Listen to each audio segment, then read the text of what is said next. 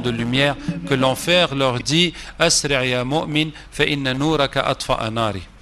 L'enfer lui dit dépêche-toi croyant parce que ta lumière éteint mon feu.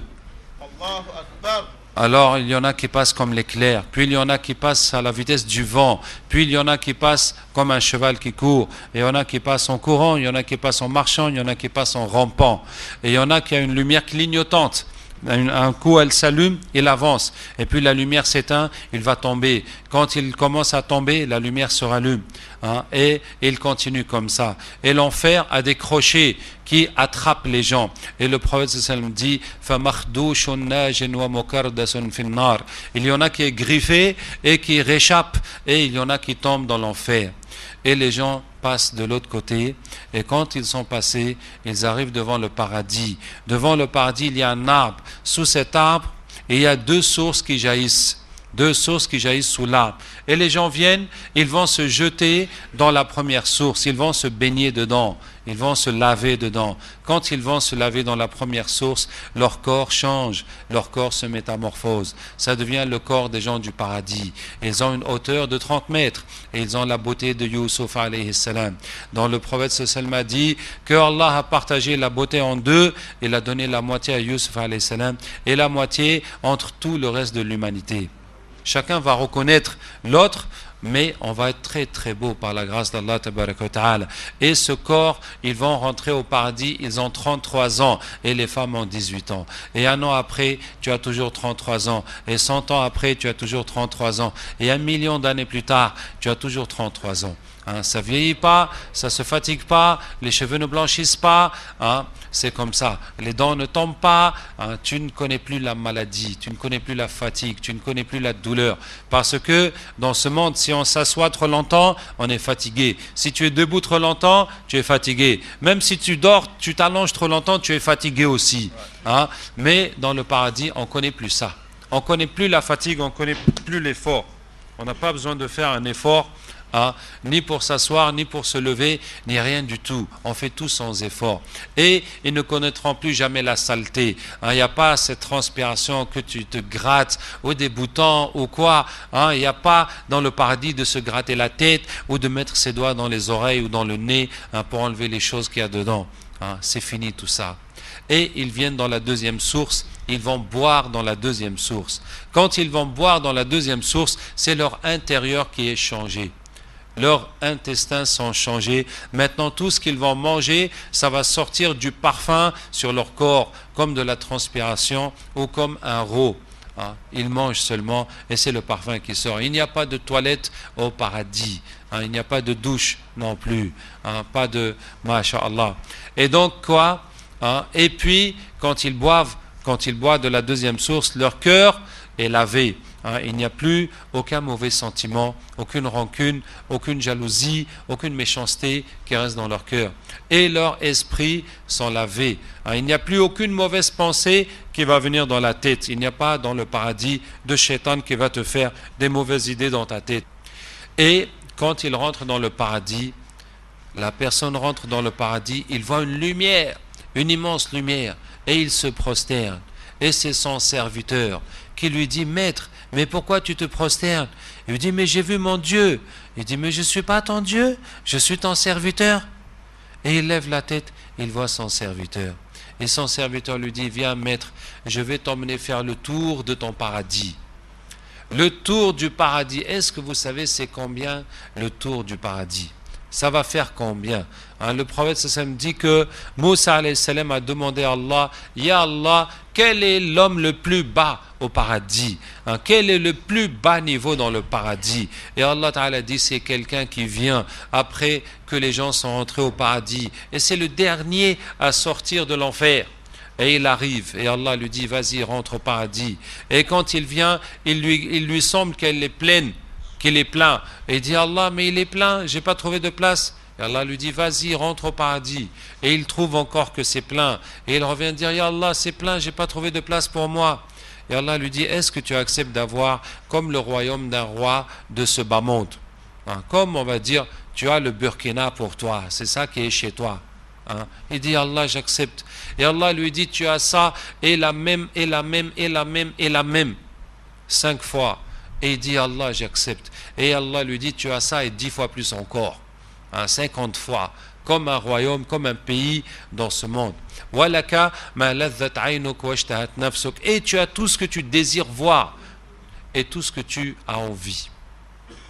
Dès que tu désires quelque chose, ça vient seulement. Tu n'as même pas besoin d'ouvrir la bouche, dire ah je voudrais ceci, est-ce que je peux avoir cela, je voudrais. Non, dès que tu as envie dans ton cœur, tu désires, pouf, ça vient devant toi en même temps. Et il dit voilà. Et donc Sayyidina Moussa alayhi salam dit Allah est le plus haut. Et Allah dit c'est cela que j'ai aimé, que j'ai choisi, que j'ai voulu.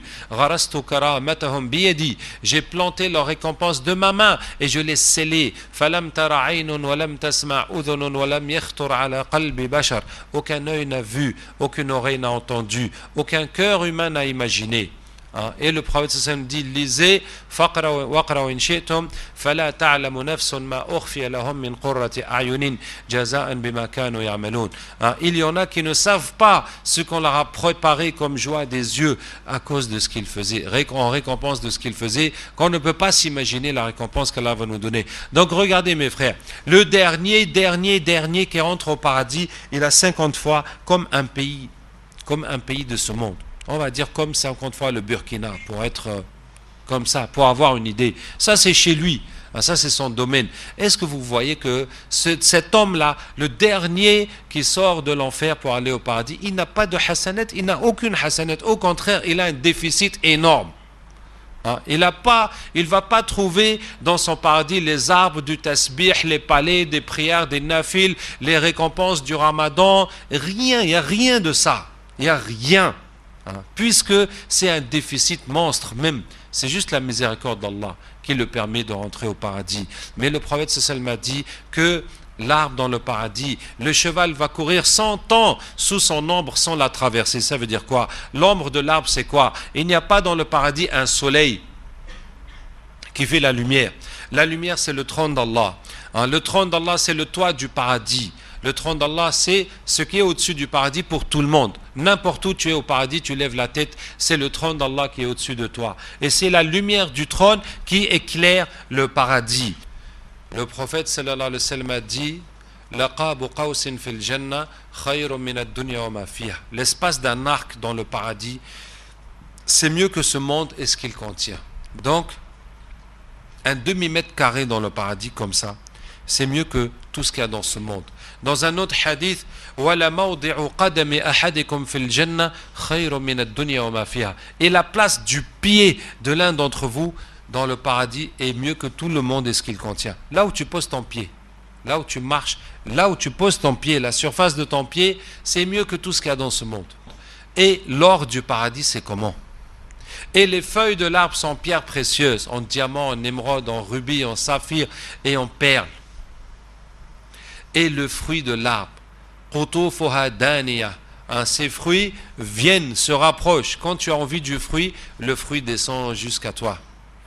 Quand tu le cueilles, il y en a deux qui poussent à sa place. La maqtu'atin wa la mamnu'a. Elle ne se finit pas et elle ne se refuse pas. Et quand tu veux manger le fruit va s'ouvrir en 70 morceaux, 70 parts. Chaque couleur est différente, chaque goût est meilleur. Ça veut dire ce fruit-là, c'est comment? Si déjà la terre où cet arbre pousse est mieux que tout ce qu'il y a dans ce monde, et que le tronc est en or, et que les feuilles sont pierres précieuses, et que dans l'arbre, ce qu'il y a de mieux, ce qu'il y a de plus précieux, de plus cher, dans l'arbre, c'est le fruit. Donc ce fruit-là, il vaut combien? Ça veut dire qu'une seule bouchée de ce fruit, tu as pris dans ta bouche plus que tous les plaisirs qu'il y a dans ce monde. Tu fais le total de tous les plaisirs des gens qui ont plaisir dans ce monde, et ça tu manges en une seule bouchée. Tu manges ça en une seule bouchée dans le paradis. Masha'Allah. Ensuite, on a demandé au prophète sallallahu alayhi wa sallam, est-ce qu'il y a dans le paradis le jour et la nuit?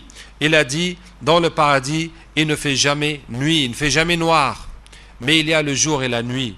C'est qu'à l'heure de Subh, les anges viennent les voir dans leur palais pour leur apporter le cadeau d'Allah Ta'ala pour la prière de Subh qu'ils faisaient dans ce monde. Ah, mais même dans le paradis, il faut qu'on se lève pour Subh, mais dans le paradis, on ne dort pas. C'est les plaisirs et les récompenses, nuit et jour, H24. Hein, sauf que le jour dans le paradis, il fait 1000 ans. Hein. Donc les anges viennent leur donner les cadeaux, comme le prophète sallallahu alayhi wa sallam a dit, hein, Man ghada ila al-masjidi awrah a'adda Allahu lahu fil jannati nuzulan kullama ghada awrah.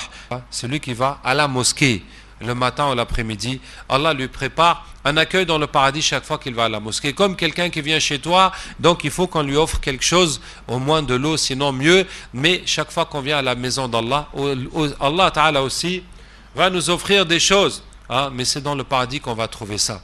Donc à chaque heure de prière, les anges vont revenir avec les cadeaux, nouveaux cadeaux, nouveaux cadeaux, nouveaux cadeaux. Hein, autant chacun faisait l'effort dans ses prières, autant il va recevoir les cadeaux à chaque heure de prière.